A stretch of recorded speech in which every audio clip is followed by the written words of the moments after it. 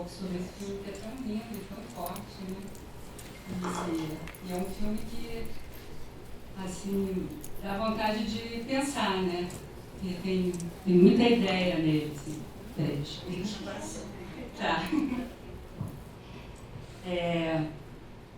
Estava pensando em falar que eu assisti outros debates, né? E eu vi que estava rolando muito uma discussão sobre a coisa da adaptação, né? De como é que fazia essa transposição da obra do Guimarães Rosa para essa linguagem do cinema, né? Primeiro que você fez no teatro e agora para o cinema. E aí tinha uma discussão de o quanto que o Guimarães Rosa e o texto dele era adaptável ou não, né? Tem gente que fala que, nossa, é impossível e tal. E eu logo me lembrei de uma conversa que eu tive com o Haroldo de Campos, na época que eu estava fazendo um documentário, o Bial, né? Sobre o Guimarães Rosa. E nessa conversa o Haroldo de Campos falava que quanto mais difícil a obra, mais traduzível ela é. Justamente o contrário do que normalmente as pessoas falam, né?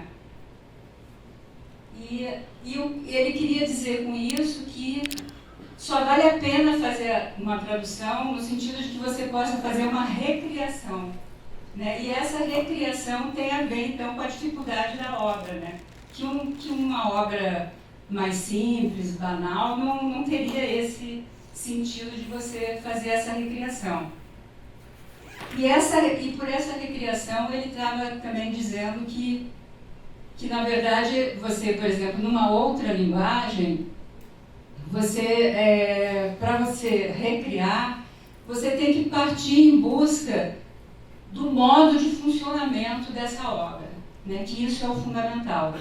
Como é que essa engrenagem funciona, que é isso que vai ser traduzido, para além de todas as outras coisas, mas você conseguir flagrar esse modo de funcionamento, é isso que vai ser importante.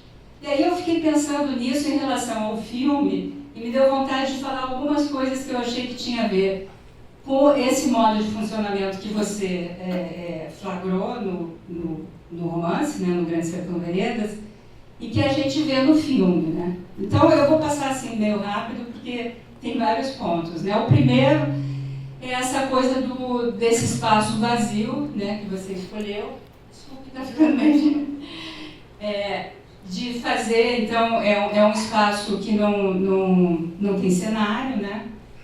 E que a gente entende como essa palavra que começa, que abre o romance, que é o no nada, né? Então, é um filme no nada, né? Nesse espaço vazio.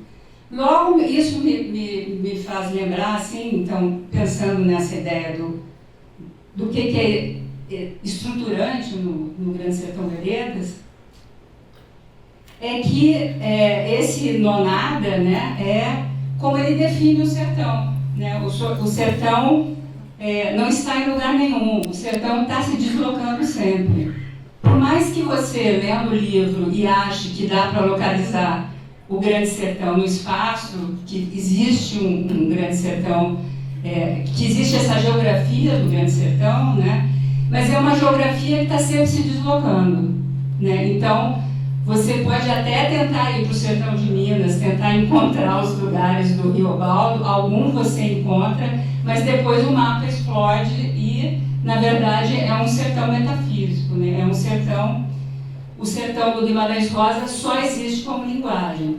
Então, daí que essa, né, de você ter entendido isso tão a fundo, que fazer o filme num espaço nonada, vazio, né, tem tudo a ver com essa ideia de que o sertão só existe como linguagem, né? O que são as palavras.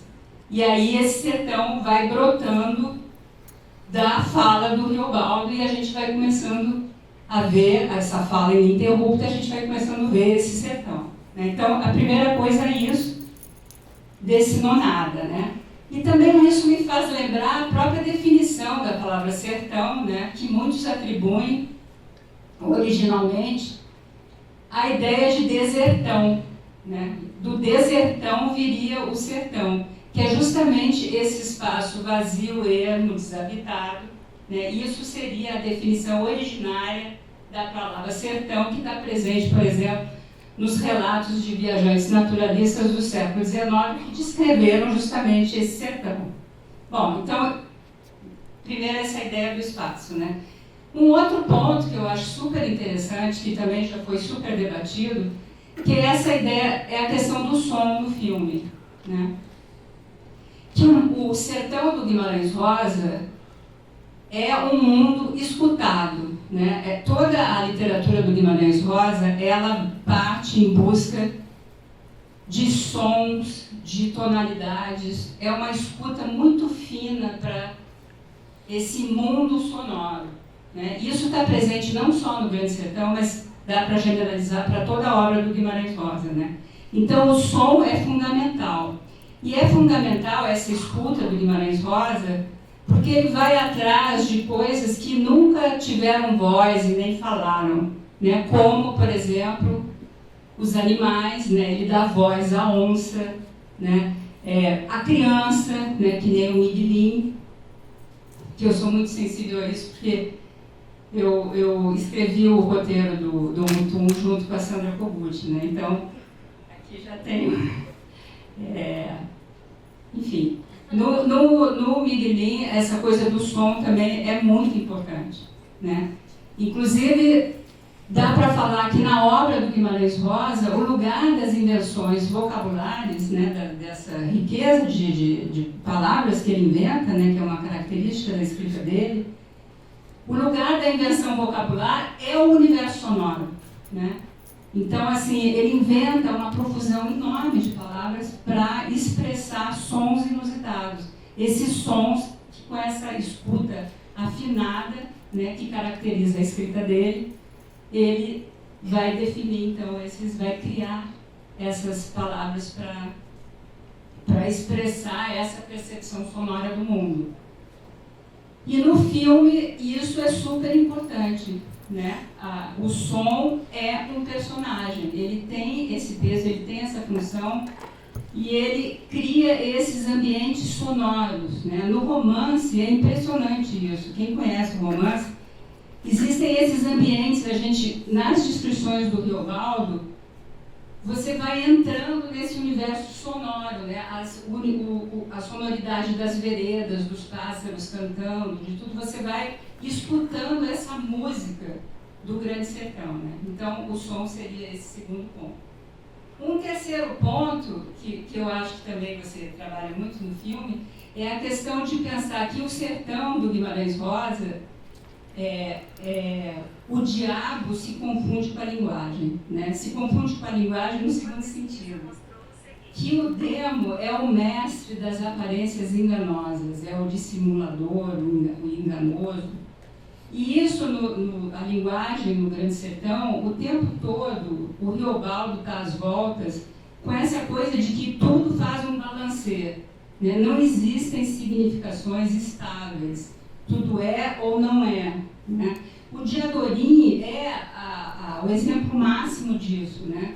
É um ser totalmente equívoco, que você não consegue definir, ele ora é feminino, ele ora é masculino, ora ele é feroz, ora ele é gentil, ele está sempre, né, nessa coisa de escorregar.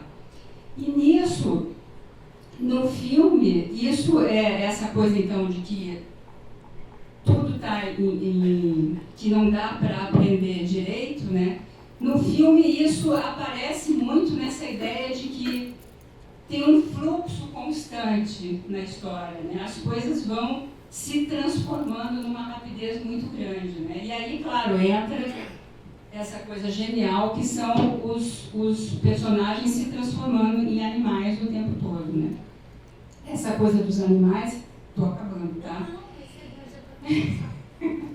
Essa coisa dos animais é super interessante porque no Grande Sertão Veredas, praticamente em todas as páginas, o tempo inteiro, no relato do Riobaldo, ele está comparando os personagens ou as descrições, ele usa o recurso estilístico, né, das comparações, né? Ele fica comparando, então, eu gritei mais rouco que um guariba, os jagunços avançaram feito faca, feito fogo, feito feito sei lá o quê. Mas, enfim, tem sempre uma comparação acontecendo, e muitas vezes essas comparações são múltiplas, né? E o fato delas serem múltiplas, elas só confirmam essa dificuldade que o Reobaldo tem de definir as coisas, de aprender as coisas, né? Então, ao longo de todo o romance, o Sertão, ele dá inúmeras definições, né? Múltiplas definições do sertão, dá múltiplas definições do Diadorim e múltiplas definições do que é o ser jagunço e o que é o ser da guerra, né? Usando essas comparações, que é um recurso que vem da Ilíada, do Homero, que na época que o Guimarães Rosa estava escrevendo O Grande Sertão, ele estudou profundamente a Ilíada, né? Que retrata um mundo em guerra, que nem o Grande Sertão, né? E na Ilíada, essas comparações com os animais estão o tempo todo presentes, né? E o Guimarães Rosa puxa isso, claro, ele faz uma tradução, ele faz uma recriação, e isso que eu acho interessante aí eu acabo, que a gente pode traçar esse caminho que vem desde Homero e chega aqui no filme, de como que isso foi se transformando, né? Que você chega nessas... Enfim, parar por aí, depois eu faço isso.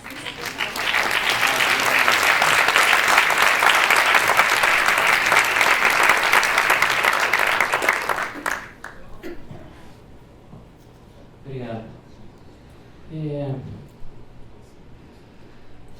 Eu vi agora pela segunda vez e eu vi a peça também, né? Então, eu disse para a Bia que ao invés de falar, eu ia fazer pergunta para ela, né? Tem duas perguntas que eu queria fazer, que é... A primeira delas é o seguinte: eu acho que em 2007 fez uma exposição no Museu da Língua Brasileira, acho que foi em 2007, sobre Guimarães Rosa, sobre o Grande Sertão Veredas. E naquela ocasião você disse que não pensava em adaptar isso para o teatro, que dirá para o cinema. E eu acessei a entrevista e era um não categórico. Não vou fazer isso. Então, a primeira coisa que eu queria saber é o que mudou, não na obra, evidentemente, mas em você, para que depois de um certo tempo você decidisse adaptar. Eu não estou te perguntando nem sobre a adaptação em si, mas o que acontece dentro de você que te faz querer fazer a adaptação. A outra coisa que é mais um comentário até do que uma pergunta, eu adoro os bichos. Eu acho os bichos absolutamente deslumbrantes.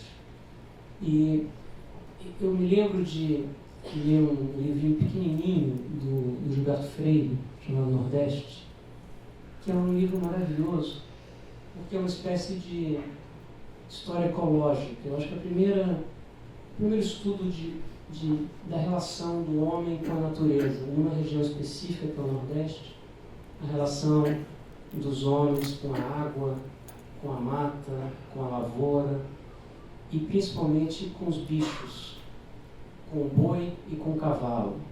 O boi sendo o animal escravizado, o cavalo sendo o animal do senhor. E é uma beleza isso, porque você sai, é uma história sociológica do açúcar e do café e das plantações, mas é sobretudo uma história ecológica. A presença da natureza é muito forte. Eu li o Grande Sertão há muito tempo, eu era muito garoto quando li, e eu não me lembro de ter ficado com essa sensação da presença marcante da natureza e dos bichos. E tá lá, né? Quer dizer, tá lá. Tem uma cena linda em que está aqui, inclusive, aqui está na cena do barco, em que ele se dá conta, ele Reobaldo se dá conta que é possível parar e e simplesmente olhar os bichos e se deleitar com a presença deles, entende? Por enfeite só, porque é uma beleza. E depois, aí eu acho que não está aqui, mas quando ele se encontra com a Anastácia, ele fala dos bichos de novo, da beleza, dos pássaros e tal, e diz que foi o Diadorim que ensinou ele a fazer isso. Então eu acho assim que precisava de uma sensibilidade específica que atua, de retirar da obra isso que ela menciona, que eu acho que é ecológico no sentido mais profundo da palavra, quer dizer, não é só a presença dos animais o tempo todo, mas é a transformação, é a interdependência de tudo com tudo, é o fato de que homem vira bicho, bicho vira homem. Então, logo no início tem a borboleta que é uma mão, né? Logo no início. E um pouco mais adiante tem uma coisa deslumbrante que é o enterro do Medeiro Vaz, e as pessoas que estão ali chorando, uma delas se transforma num sapo, e todos se transformam num sapo e aquilo vira um brejo, né? Na hora da morte dos cavalos, ele diz, eles falam, eles quase falam, né, da agonia, da morte, etc. E tal. Então tem não há na verdade uma cisão entre o bicho e o homem, não há uma cisão entre o homem e a natureza. A vida do sertanejo é de fato uma vida na natureza, no lugar em que vivem os bichos, vivem aquela cena das árvores, aquilo é uma beleza, né? Em que o que é aquilo? Uma laranjeira? O que é? Né? Aquilo é uma beleza também. Quer dizer, é um pouco Ovídio nesse sentido, Metamorfose, em que as pessoas viram plantas, plantas viram bicho, bicho vira gente, gente vira bicho, que é como a gente deveria entender, na verdade, a nossa relação com o mundo natural, né? Então, isso eu acho absolutamente extraordinário. Isso me chama mais a atenção do que a violência, que é, evidentemente, o que está na superfície de tudo, é uma violência muito, muito, muito contemporânea, que é uma coisa que eu também percebi mais aqui, até, do que na minha leitura muito precoce do livro, porque ele é incapaz de fugir da violência, né? E a quem você presta lealdade, você não sabe, né? A violência está por cima das facções, das milícias, o governo é violento, aquele ao qual você adere se torna violento, você sai, você vai para o outro que é tão violento contra. Você meio que... é a lógica da violência da qual você não consegue escapar. E aquilo que comove, eu acho, é a possibilidade de retornar à natureza, de se encantar por ela. Então, assim, eu me estendi porque eu queria fazer essa pergunta do que aconteceu contigo, para você poder adaptar. E a minha segunda pergunta é o seguinte: o que faz de uma adaptação virar cinema? Eu não estou perguntando especificamente dessa adaptação, mas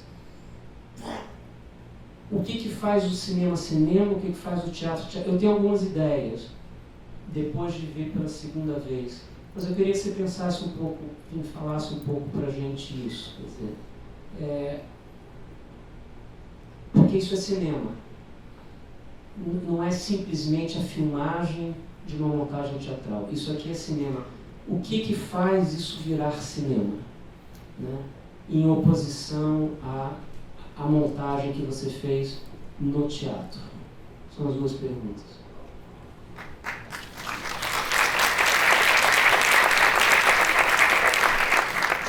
Eu não sei, a primeira pergunta era assim, eu estava afastada do teatro há muito tempo, quase 10 anos. E obviamente, o teatro vem sempre para mim, mas eu nunca me sinto pronta a fazer teatro quando não tem alguma coisa de fato que eu queira muito fazer. E eu sempre aprendi isso um pouco com o Antunes, que o bom da vida é você criar imensas dificuldades. Porque você, criando uma dificuldade, de um jeito ou de outro, você caminha. Quer dizer, você pode não conseguir realizar, E eu acho que esses anos todos, o romance foi ficando cada vez mais íntimo de mim. Nunca pensei isso, agora você falando eu penso, como aquilo não saiu de mim realmente. Eu lembro que quando eu li a primeira vez, eu encontrei o Antônio Cândido, faltava, sei lá, 12 páginas. E eu falei, eu não consigo acabar, eu não queria mesmo acabar aquilo. E o Cândido falou para mim, tem uma coisa ótima para te contar. Eu falei, o que é? Ele falou, começa de novo. E aquilo era tão óbvio, mas foi de uma luz para mim inacreditável, porque eu fiz aquilo, eu acabei com travessia e fui para uma nada.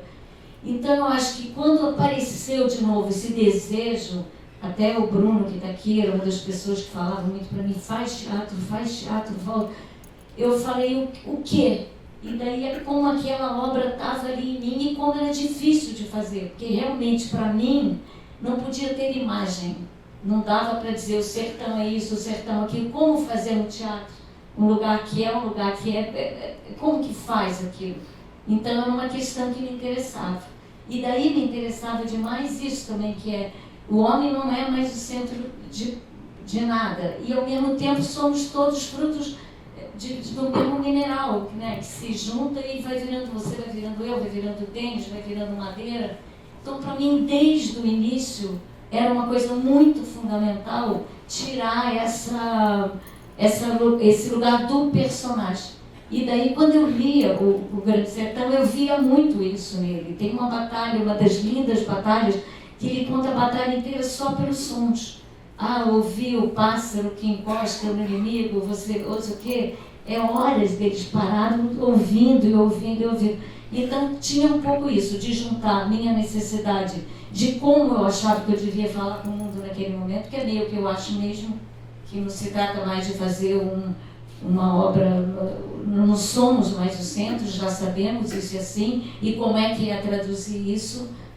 E junto com essa coisa, quer dizer, foi uma coisa curiosa, porque a gente realmente não sabia se ia conseguir fazer o espetáculo.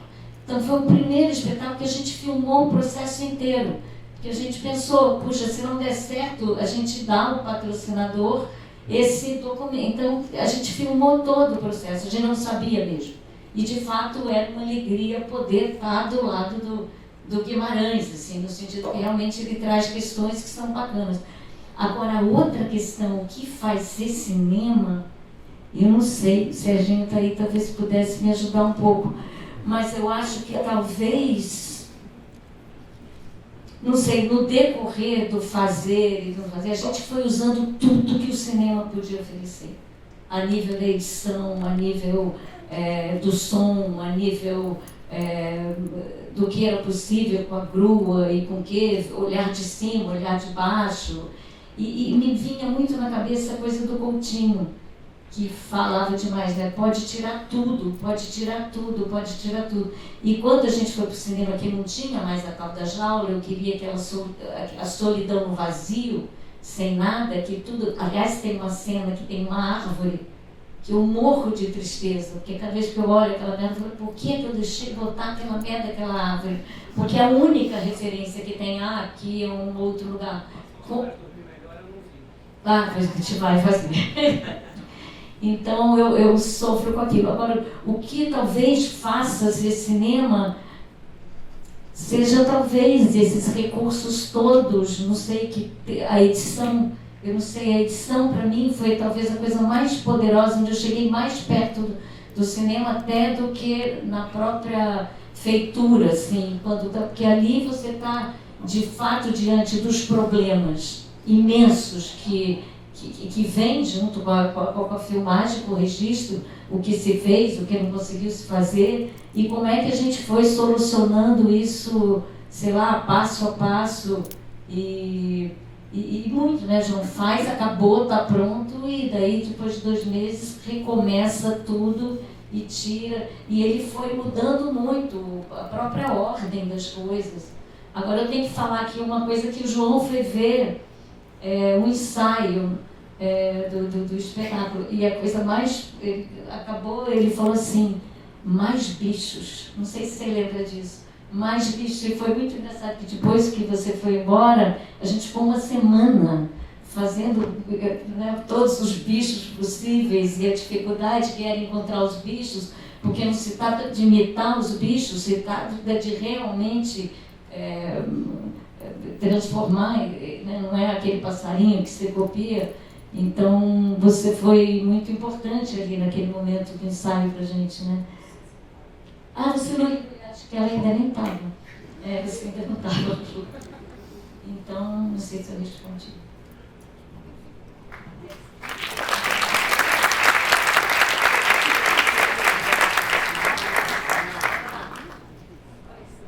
Bom, eu quero agradecer vocês, todo mundo que fez o filme. Porque eu fui um leitor do Guimarães Rosa quando eu tinha 20 e poucos anos e voltei agora.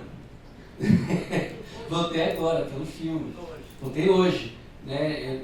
Nos últimos 20 anos eu sempre me disse, eu quero voltar a ler, porque quando eu li o Sagrado foi sensacional, quando eu li o Grande Sertão eu fiquei doido, comecei de novo. Primeiro eu tentei ler várias vezes, não consegui.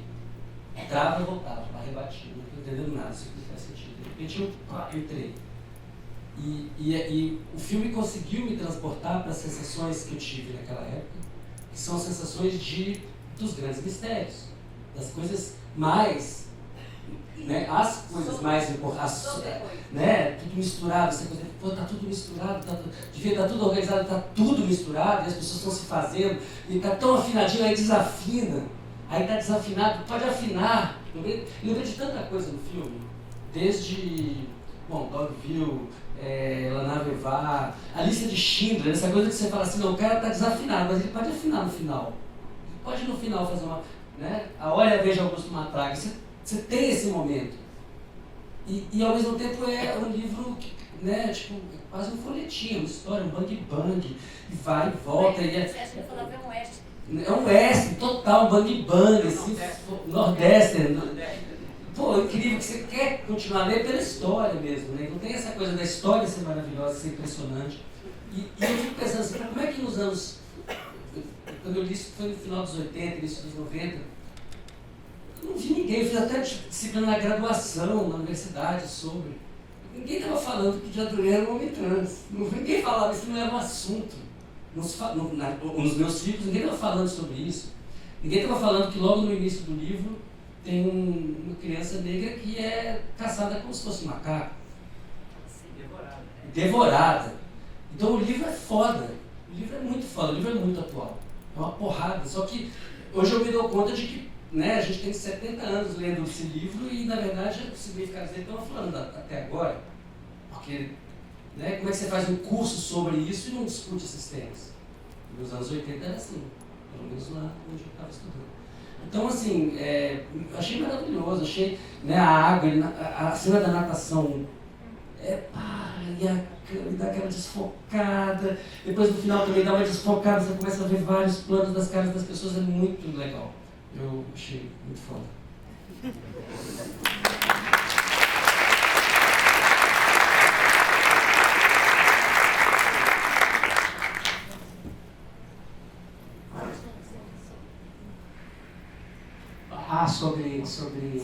Sobre cinema, né? Não, é claro que a montagem, o Serginho está aqui, é claro que a montagem é absolutamente essencial, né?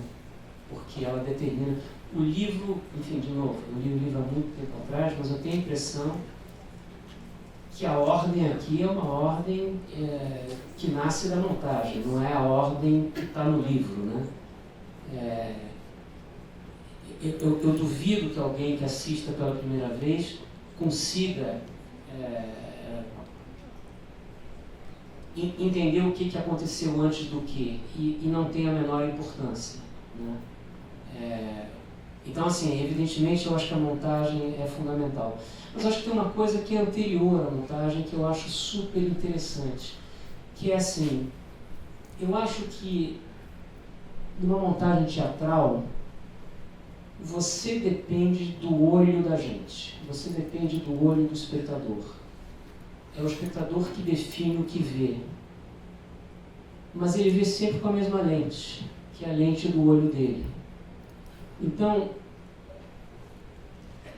numa peça de teatro, tudo é paisagem, no sentido de que você abarca tudo, né? E por tudo é tudo, inclusive fora de cena, fora de campo, porque você vê o palco, você vê a coxia, você vê a boca de cena, você vê a nuca de quem está na sua frente, né? No cinema, você de certa maneira sequestra o nosso olho e a gente vê através, o olho é teu, né? O nosso olho passa a ser o teu olho. Então, o que a gente vê é o que você escolheu que a gente deveria ver. Então, a cada tomada que você faz, você determina aquilo que precisa ser visto, que é uma coisa que você não tem a capacidade de fazer quando você monta a peça de teatro, né? Então, se a peça de teatro é sempre o todo, o cinema é a parte. Você seleciona a parte. Se a peça é a paisagem, o cinema é o detalhe da paisagem, com uma coisinha interessante, é que você pode transformar essa parte em paisagem também. Tem uma coisa que acontece no teu filme, e que eu acho que acontece em grandes filmes, é que o rosto pode virar uma paisagem. O rosto na tela é uma paisagem, né? Enfim, o cinema do Bergman é muito feito disso, né? É sempre plano fechado e a gente vê no rosto uma infinidade de coisas que, evidentemente, a gente não pode ver no teatro se a gente estiver sentado ali no meio. Aliás, nem na primeira fileira. Então, eu acho que essa questão de a quem pertence o olho é que determina a passagem do teatro para o cinema. E no teu caso específico, o teu olho é sempre muito bom. Então é muito bom enxergar por você, entende? A cena da borboleta, que está logo no início do filme, é uma beleza. E ela é mais bonita no cinema do que ela poderia ser no teatro. Porque no teatro ela se perderia na imensidão da paisagem. Na hora que vai para o cinema, ela é tudo que você vê. Você não vê nada além disso, né? E a coisa do rosto eu acho muito bacana, porque tem o amor, tem o repúdio do amor, né? Porque ele se dá conta que ele está se apaixonando por um homem, ele não quer. E essas coisas são sempre contadas em planos que são ou médios ou fechados. Tem um plano de vocês dois fumando, trocando de cigarro. Isso você não pode fazer em teatro. Você só pode fazer no cinema. E te coloca na vizinhança, na proximidade desta relação, né? Então, o Grande Sertão Veredas, que é imenso, se torna um lugar muito perto de você, muito próximo de você, não é um lugar distante. E, evidentemente, cada coisa tem o seu valor, né? Não estou dizendo que o cinema, pelo amor de Deus, mas eu acho muito interessante essa metamorfose, aquilo que transforma. Porque eu tenho a impressão, ninguém me disse isso, mas eu acho que tem pessoas que descreverão esse filme como a filmagem da peça, não é a filmagem da peça teatral. É cinema. É uma seleção do que precisa ser visto. E essa seleção, evidentemente, atua na hora de escolher a lente, na hora de escolher o quadro, na hora de escolher o movimento de câmera, na hora de... Eu acho que isso é extraordinário, né? Sei lá, não sei se faz sentido para você, mas...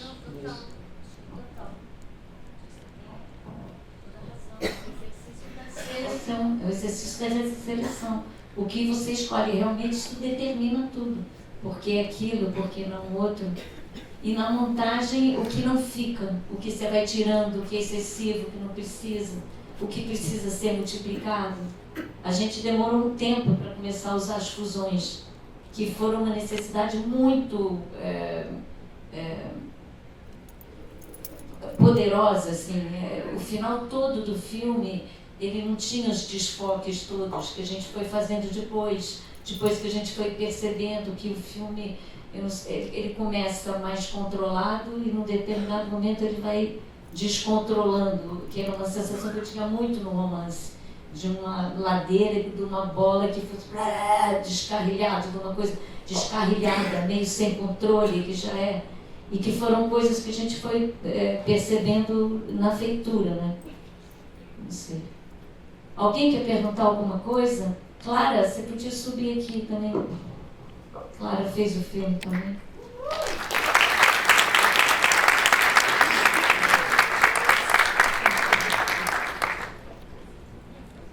Fala. Eu só queria, em relação ao que ele falou sobre o detalhe, em relação ao que ele falou sobre o detalhe que você cumprimentou, eu só queria dizer que é muito forte o momento do encontro das mãos e que é um longo plano, né? Fica bastante tempo e se desenvolve toda uma cena com uma ação simples, mas muito complexa, né? Ah, que bacana, você ter visto as mãos, né? Parabéns, uma cena bem forte. Boa noite. Eu percebi no filme, também tem na obra, evidentemente, mas uma ideia de vazio, né? São pessoas que perderam suas referências familiares, o órfão que vai perdendo a mãe, e a ideia de se agregando a esses grupos com uma forma de sobrevivência. No fim, né, aquela cena bem emblemática, como fosse apresentando corpos ali por cima, juntos ali, a natureza, e o ressignificar aquelas pessoas que sobraram, mas que se misturam à natureza e que vão embora. Ali é uma ideia de continuidade da vida, desse ciclo que fechou aqui, mas há um novo bando de jagunços que vai seguir, a natureza que se recicla, que vai se transformando em pessoas que se transformam em sapos, em borboletas, eu acho que não tem fim. Eu acho que é como travessia ali, acho que o Carlinhos quer falar. E também tinha ali a coisa de ser aqueles atores ali. Naquele momento eles levantam e são aqueles atores que passaram por aquela travessia. Aí tem uma coisa também e vão e saem. O início do filme, na realidade, a primeira ideia era eles entravam. E entrava no mal, virava os pássaros e ia. E a gente foi limpando. Mas ali é isso, quer dizer, são aqueles ali, aqueles 10 ali. Eu queria, já nessa discussão sobre teatro e cinema, talvez ouvir as atrizes, a Luísa e a Clara, sobre que diferença vocês sentiram entre fazer a peça no teatro e depois fazer para o cinema. Em que isso mexeu com vocês? O que vocês lembram de ter sido um passo além ou aquém, né, na hora de ir para o cinema? Boa noite.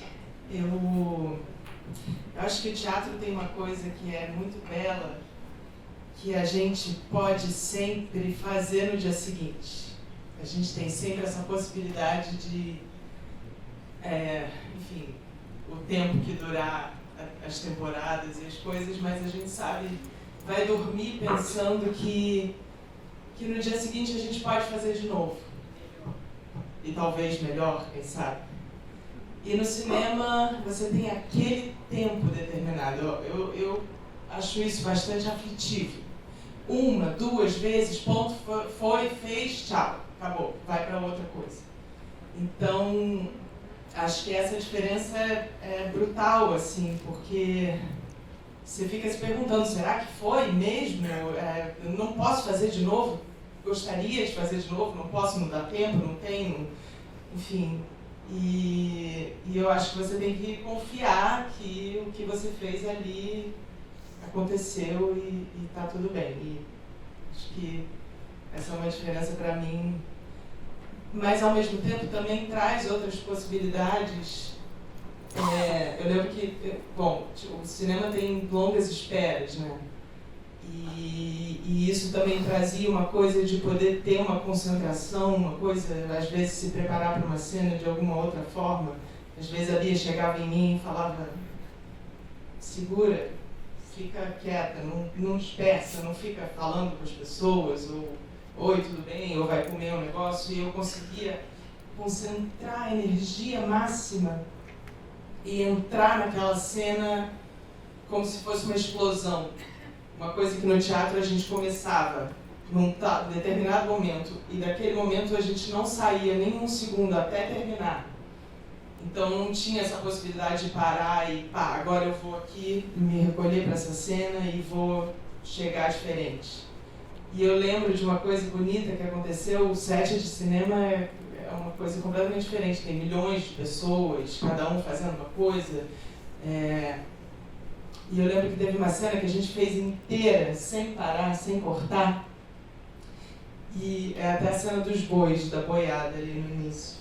E eu lembro de fazendo a cena, eu tinha me concentrado muito, eu entrei explodindo tudo, e eu lembro do set, olhar para a cara de todas as pessoas e estarem todos assim, meio como se tivesse parado aquela coisa de quem está fora de cena está fora, sabe? Assim, estou aqui no meu trabalho fazendo outra coisa. Não, estava todo mundo junto, com aquela cena rolando por todo o estúdio, a cena andava pelo estúdio, todo mundo da equipe estava absolutamente concentrado junto, se movimentando e com os olhos assim. Eu lembro que isso ficou marcado para mim.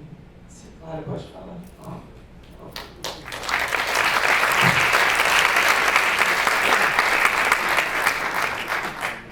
Eu acho que isso da repetição que a Luísa falou faz muito sentido, que na peça tem isso. Você fala: não, beleza, estamos aqui fazendo nesses dias X, hoje eu achei que eu fiz tal cena meio ruim, beleza, no próximo dia eu vou poder refazer a cena melhor. E no filme não tem isso, e isso é uma coisa que, pra mim, foi bem difícil, que primeiro não estava acostumada, né? E que realmente fazer umas cenas que eu olhava e falava: não fiz bem. E falavam: não, tá tudo certo, tá feita a cena. Eu falava: pelo amor de Deus, vamos fazer mais uma vez. Tipo, não, tá certa, tá pronta. E também não, é isso, não tem tempo. Foram 17 dias. Então, assim, 17 dias, é só isso. Não tem mais tempo. Vocês vão fazer o que a gente fez nesses dias, vão ser isso que a gente vai fazer. E se vira aí, galera. Então,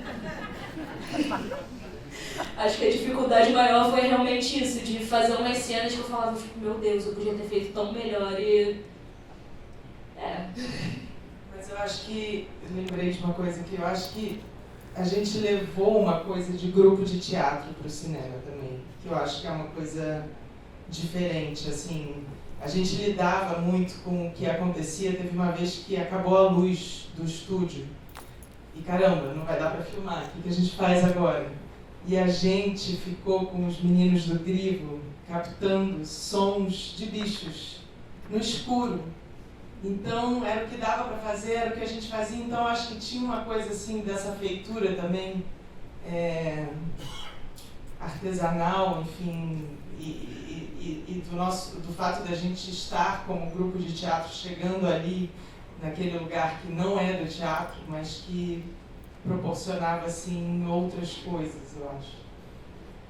Tem uma coisa também de que, como a gente usou muito o cinema como referência para o teatro, tinha a coisa dos fones de ouvido e tal, então os atores não tinham que projetar tanto no teatro como se faz. Tinha essa coisa de fazer o oposto no teatro, falar pequeno, falar baixo, falar com... Então, acho que nesse sentido, a gente não teve essa preocupação. Então vai para o cinema, tem que ser menos, não sei o quê. Não tinha muito essa questão. Agora tinha isso, era realmente uma indústria, né? Uma coisa muito diferente do teatro. Assim. O teatro, você também tem um tempo apertado, é um tempo justo, mas não é o tempo do dinheiro. Não sei, você tem aquela grua aquele dia e se não fizer aquilo não tem mais. Então foi uma troca. E a gente também não tinha... O que eu tinha feito de cinema era documentário. Eu mesmo com a câmera lá e fazia. Nunca tinha feito uma ficção. Então, e a gente faz tudo com as mãos, artesanal. Então, acabava, ia lá, todo mundo fazia o cenário, tinha que montar aquilo, ia todo mundo. E no começo foi muito estranho, muito difícil com o Zé Bob no início, porque ele vinha de um cinema muito estruturado e a gente de uma outra coisa, querendo uma certa sujeira. Mas hoje em dia, olhando, a gente tinha brigas assim, diárias. Depois eu fiquei até sabendo que isso é um clássico, né, entre o diretor e o fotógrafo, que isso é assim que se é. Mas que ele, todo dia depois, ele chorava, no final do dia falava, obrigada, quebrei paradigmas, e ele voltava e brigava com isso, você não vai usar, isso, eu não sabia que lente, 30, 40, eu não sabia. Valdinho que me ajudava, eu ligava para ele e falava, Bia, pede a 30, eu ficava, tem 30, agora é 40, agora era uma coisa. Mas eu acho que isso que ele trouxe para o filme foi muito importante, porque eu acho que deu um acabamento no filme, né? Tem uma coisa, tem a luz, tem coisa, tinha umas coisas que o Caio fazia que era muito, a gente não queria toda hora foco, para não ficar aquela coisa ali. E focava lá, o menino era bom, foquista pra caramba, e daí o Caio falou pra mim, não, deixa comigo, Bia, porque ele marcava o foco aqui, começava a cena e dava 2 passos para frente, cara.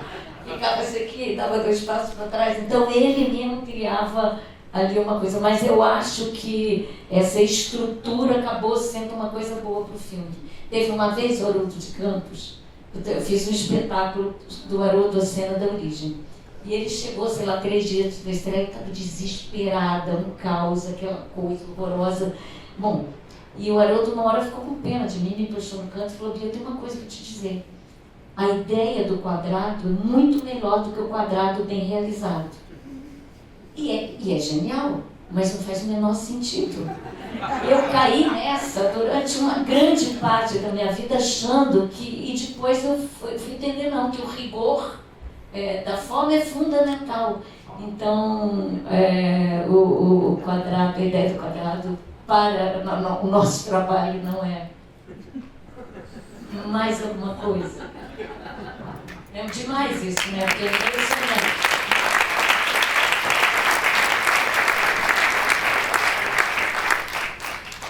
Mas alguém quer falar? Oi, aqui.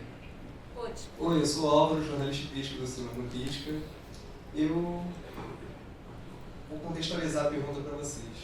Eu acredito que você adaptar uma obra literária não seja necessariamente você transcrever.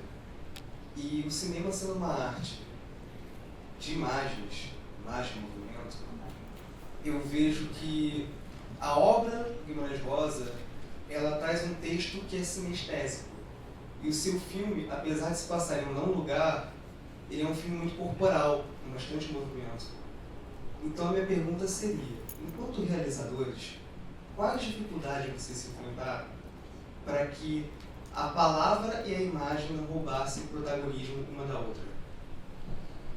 Olha, a gente não teve muito essa preocupação. Eu tive uma grande coisa que foi o seguinte, eu sempre gosto de ter pessoas do meu lado para adaptar. E dessa vez eu chamei várias pessoas e ninguém topou. Ninguém quis. Tem uma história ótima com o Sérgio Santana. Eu liguei para o Sérgio e falei, Sérgio, quero fazer para você um adapta. Ele falou, não mexo nisso, isso é sagrado, tá louca? 2 dias depois ele me liga e falou assim, Bia, se você me der 50 mil na mão, eu adapto.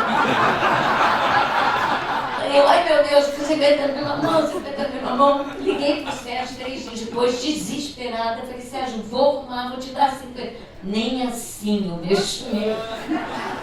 Então eu chamei muitas pessoas para adaptar e ninguém adaptou. E isso foi uma coisa boa, porque eu acho que a gente não fez uma adaptação. A gente foi trabalhando fragmentos e foi juntando aqueles fragmentos. Eu acho que não tem aquilo, não tem a ordem do livro. A ordem do livro, na realidade, nem interessa muito. Então, isso foi, eu acho que, uma coisa bacana. E tanto que a gente escreve aqui, não é uma adaptação, não é inspirado, ele é calcado. Que é meio a sensação que a gente tem, assim, calcado. É a coisa que nos como é que eu vou dizer? como se fosse uma coisa socada, sabe? A gente viveu aquilo de muitas formas, com muita intimidade, sem nenhum respeito com Guimarães, no sentido de...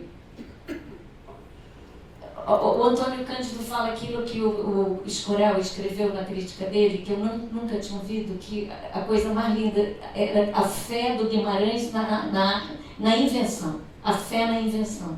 Eu acho que se eu tivesse ouvido isso antes, eu teria tido muito menos angústia.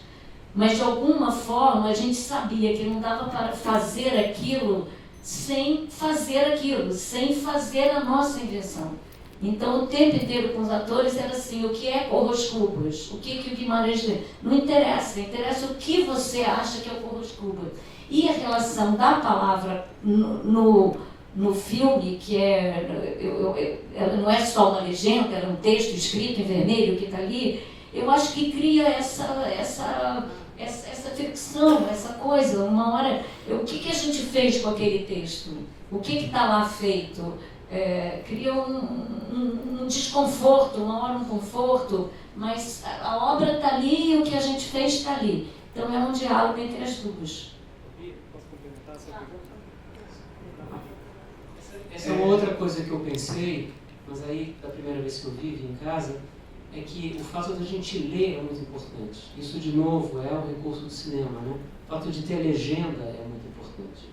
Porque a palavra ganha uma materialidade, né?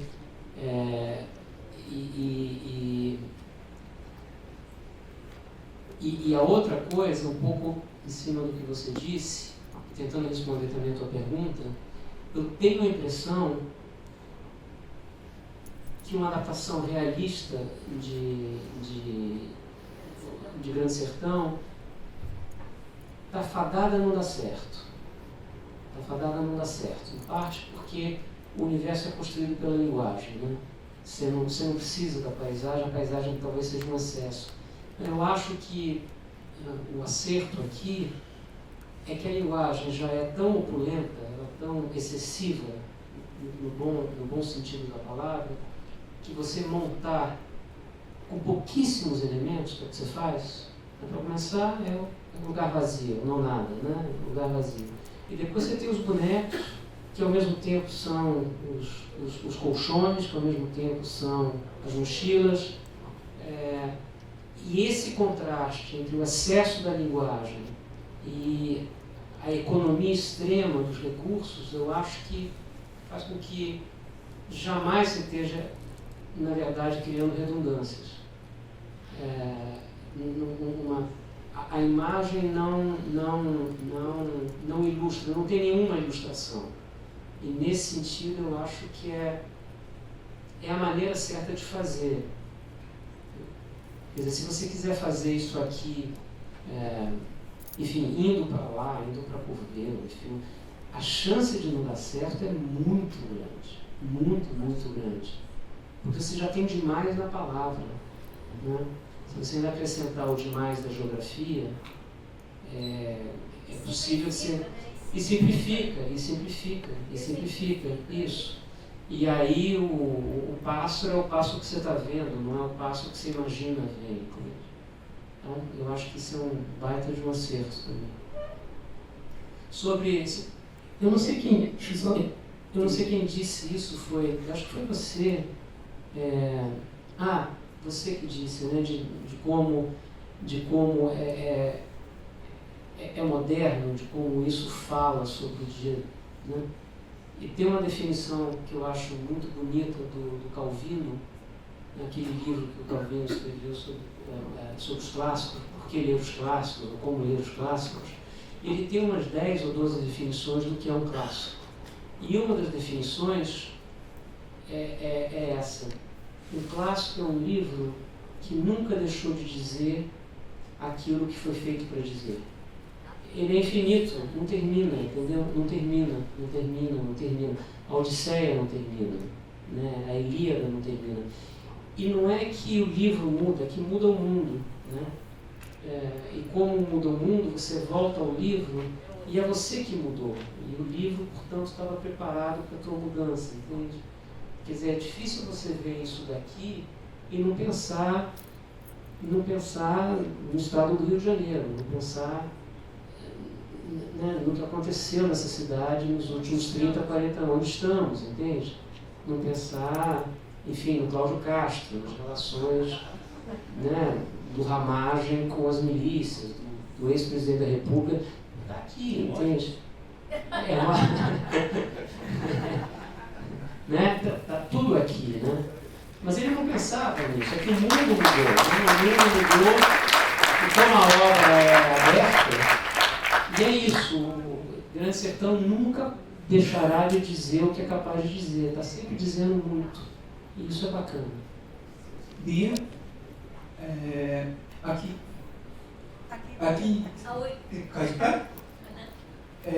eu quero fazer 2 perguntas para você e para o pessoal do elenco também, sobre a questão literatura e caminhos, né? Guimarães, por que Guimarães? Para você, principalmente, por que Guimarães? E como que isso te acompanha? Se você fez o caminho, não sei se você conhece, tem um caminho que é feito lá, que o pessoal faz, né, para conhecer. Então, você já falou que não fez. Por que Guimarães? Como que essa obra te acompanha até aqui? E como que é para você essa questão do atravessamento de... Você faz primeiro uma exposição, né, com um texto, depois você vai para o teatro, e aí você entrega uma coisa, fecha ali, e você abre um outro lugar com o cinema, como o João coloca, né, que é um lugar totalmente diferente. Quem viu, até quem estava assistindo ali, você tinha várias possibilidades, que no cinema te recorta e você novamente abre. Ele fala de um olhar que fecha, mas é um olhar que fecha que abre uma nova janela. Todos esses encontros que eu tenho vindo, eu tenho lembrado muito do texto do Galeano. Eu queria te dar isso, que o Galeano fala de Lúcia, que é uma moça no livro dos Abraços, que ela lê um texto e que aquele texto vai crescendo tanto nela que não era mais o livro, agora era ela. Eu vejo dessa forma. Então eu queria te perguntar por que o texto, né, do Guimarães. Eu acho que porque a resposta é mais simples, porque eu li.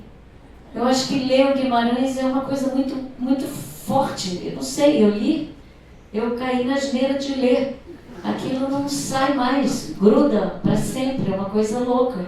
E realmente quando eu fiz a exposição, eu não tinha o menor desejo de fazer teatro. Nenhum desejo, de jeito nenhum. Mas o livro foi me acompanhando, as questões que lá estão, como é, o que ele propõe. Aí, enquanto linguagem, enquanto conteúdo, enquanto conhecimento da alma humana, enquanto um livro formador nesse momento mesquinho, de quinta, sem contorno, com tudo assim, sei lá. Então, ler, eu acho que é aquilo, eu li, e daí isso, quer dizer, então um desejo de fazer teatro. Daí o que? Dizer o que? Como? Daí o livro, vamos a ele e então eu acho que é isso. Ler o Grande Sertão é uma coisa que te gruda para sempre. Agora, de fato, agora eu não vejo a menor possibilidade de eu fazer outra coisa com o Grande Sertão. Mas de fato dá muita vontade de fazer outras, assim, mas sei lá, vai saber.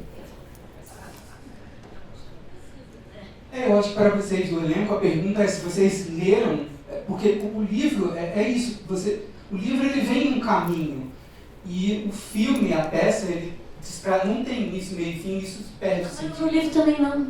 O livro vai e volta, traz, o que interessa, né, não é a história alinhavada, é sobre coisa, é outra coisa.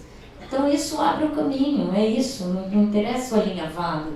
Não interessa nem aquilo que o João falou, que eu acho que tem razão. Não interessa saber o que vem antes, o que vem depois. Tanto faz. Eu vou te dizer que acho que nem eu sei, se eu parar mesmo, o que veio antes, o que veio depois. Porque são as questões, é o movimento, o que veio antes faz o depois, o que faz depois faz o antes. Então acho que é um pouco assim. Mais alguma coisa? Boa noite. Boa noite. Bom dia. Aqui. Então, eu vi o filme na estreia e depois eu fiz a oficina com você. E eu gostei muito de uma coisa que você falou, que eu acho que você deveria dividir isso de novo, sabe? Porque não são as mesmas pessoas que estavam na oficina.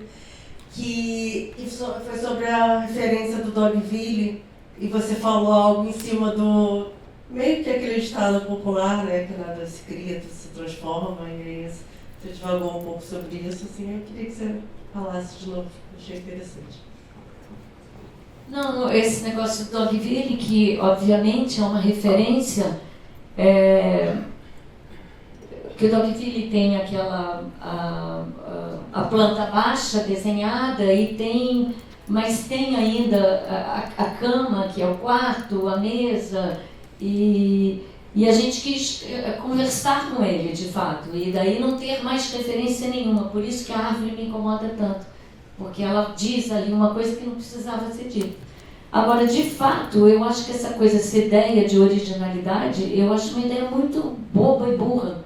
Eu acho que originalidade não interessa em nada. Você ali sozinho, tendo uma ideia que só veio de você, eu estou muito mais interessada em conversar com as coisas. Pega um texto, você vai fazer em cima do texto, vê uma coisa e faz... Eu prefiro diálogo, eu prefiro 1000 vezes a conversa do que boas ideias. Então, nesse sentido, eu nunca tenho nos meus trabalhos esse desejo de ser original, ou sei lá o quê. Não, acho que você está ali para conversar com o outro. E gosto muito quando eu vejo os meus trabalhos em outros trabalhos. Muita gente fala para mim, Bia, não sei quem copiou. Primeiro, acho que é impossível, não existe cópia, porque só copiar já te transforma. Então, eu acho que é uma conversa, a vida é uma conversa constante. E esse desejo de estar aqui é um pouco, vontade de sentar com o João, com ela, falar, discutir, ver, porque eu acho que a vida anda assim. A graça é essa, mais do que uma solidão e uma coisa que seja de você com você.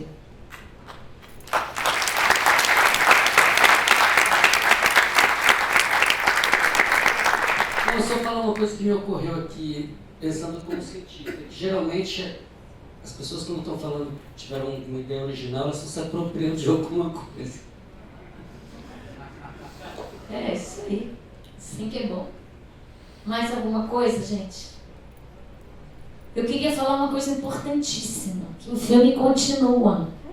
Uhul. Não, que isso é importante. Ele está indo agora para o Botafogo, esse outro cinema aqui do lado, Net Rio. E vai ter uma coisa que, além dos horários tradicionais, a gente vai abrir uma sessão no sábado e domingo às 11 da manhã. Que a gente não sabe o que vai acontecer com essa sessão, mas achei que era um horário curioso e se vocês puderem avisar. E a gente está assim nessa luta constante de cada dia, para ir andando com esse filme aí pelos caminhos. Então, gente, muito obrigada. Obrigada, João. Obrigada, Ana. Obrigada, Cidade. Obrigada, Luísa. Obrigada, Clara. Obrigada, Serginho. Assim,